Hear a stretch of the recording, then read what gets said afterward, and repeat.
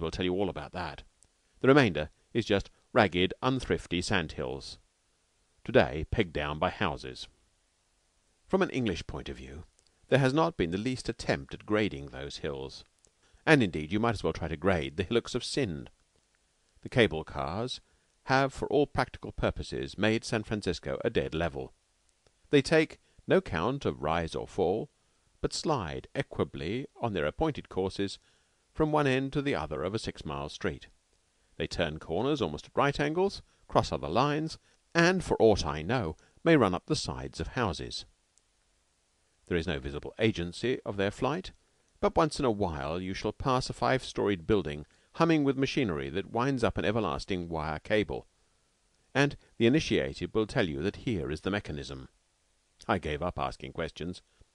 If it pleases Providence to make a car run up and down a slit in the ground for many miles, and if for twopence halfpenny I can ride in that car, why should I seek the reasons of the miracle? Rather, let me look out of the windows till the shops give place to thousands and thousands of little houses made of wood, to imitate stone, each house just big enough for a man and his family. Let me watch the people in the cars and try to find out in what manner they differ from us, their ancestors. It grieves me now that I cursed them in the matter of book piracy, because I perceive that my curse is working, and that their speech is becoming a horror already. They delude themselves into the belief that they talk English, the English, and I have already been pitied for speaking with an English accent. The man who pitied me spoke, as far as I was concerned, in the language of thieves, and they all do. Where we put the accent forward, they throw it back, and vice versa. Where we give a long A, they use the short, and words so simple as to be past mistaking they pronounce somewhere up in the dome of their heads. How do these things happen? Oliver Wendell Holmes says that the Yankee schoolmarm, the cider and the salt codfish of the Eastern States are responsible for what he calls a nasal accent. I know better. They stole books from across the water without paying for 'em, and the snort of delight was fixed in their nostrils for ever by a just Providence. That's why they talk a foreign tongue to-day. Cats is dogs, and rabbits is dogs, and so's parrots. But this here tortoise is an insect, so there ain't no charge, as the old porter said.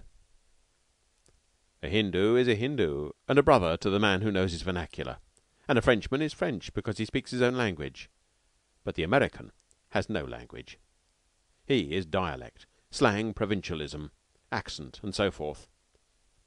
Now that I've heard their voices, all the beauty of Bret Harte is being ruined for me, because I find myself catching through the roll of his rhythmical prose the cadence of his peculiar fatherland.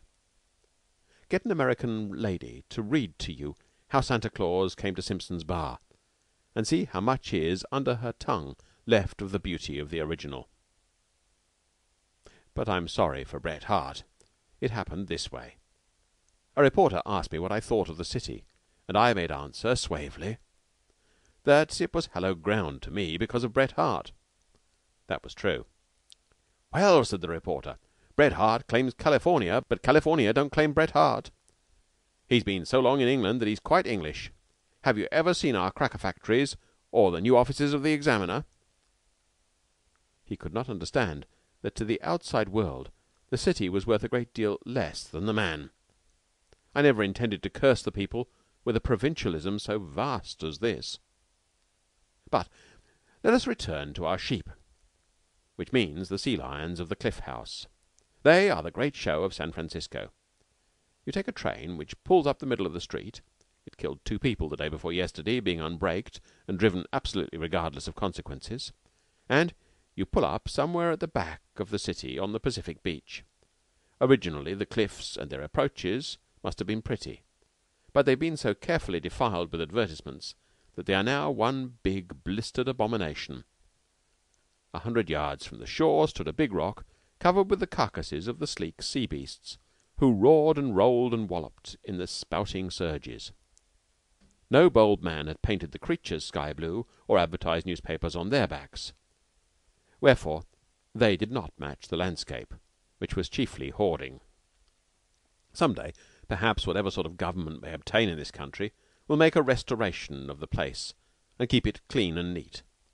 At present, the sovereign people, of whom I have heard so much already, are vending cherries and painting the virtues of little bile beans all over it.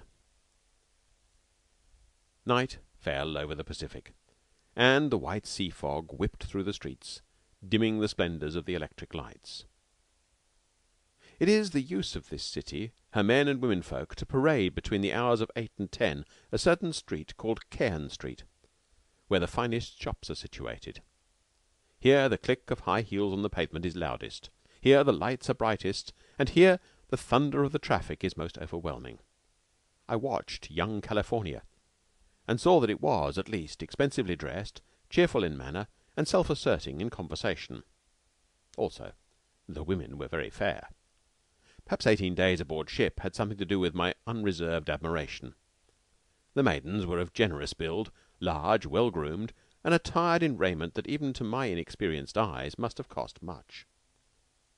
Cairn Street, at 9 o'clock, levels all distinction of rank as impartially as the grave. Again and again I loitered at the heels of a couple of resplendent beings, only to overhear, when I expected the level voice of culture, the staccato "Says he, says I," that's the mark of the white servant girl all the world over. This was depressing, because, in spite of all that goes to the contrary, fine feathers ought to make fine birds.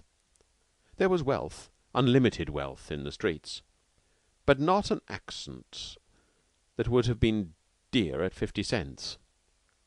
Wherefore, revolving in my mind that these folk were barbarians, I was presently enlightened and made aware that they also were the heirs of all the ages and civilized after all. There appeared before me an affable stranger of prepossessing appearance, with a blue and an innocent eye. Addressing me by name, he claimed to have met me in New York at the Windsor, and to this claim I gave a qualified assent. I did not remember the fact, but since he was so certain of it, why then I waited developments. "And what did you think of Indiana when you came through?" was the next question. It revealed the mystery of previous acquaintance, and one or two other things. With reprehensible carelessness, my friend of the light blue eye had looked up the name of his victim in the hotel register, and read Indiana for India. The provincialism with which I had cursed his people extended to himself. He could not imagine an Englishman coming through the States from west to east instead of the regularly ordained route.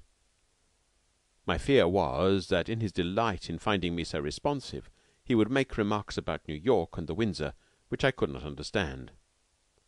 And indeed he had ventured in this direction once or twice, asking me what I thought of such and such streets, which from his tone I gathered to be anything but respectable. It is trying to talk unknown New York in almost unknown San Francisco. But my friend was merciful. He protested that I was one after his own heart, and pressed upon me rare and curious drinks at more than one bar. These drinks I accepted with gratitude, and also the cigars with which his pockets were stored. He would show me the life of the city. Having no desire to watch a dreary old play again, I evaded the offer, and received, in lieu of the devil's instruction, much coarse flattery. Curiously constituted is the soul of man. Knowing how and where this man lied, waiting idly for the finale, I was distinctly conscious, as he bubbled compliments in my ear, of soft thrills of gratified pride stealing from hat-rim to boot-heels. I was wise, quoth he. Anybody could see that with half an eye. Sagacious, versed in the ways of the world, an acquaintance to be desired, one who had tasted the cup of life with discretion.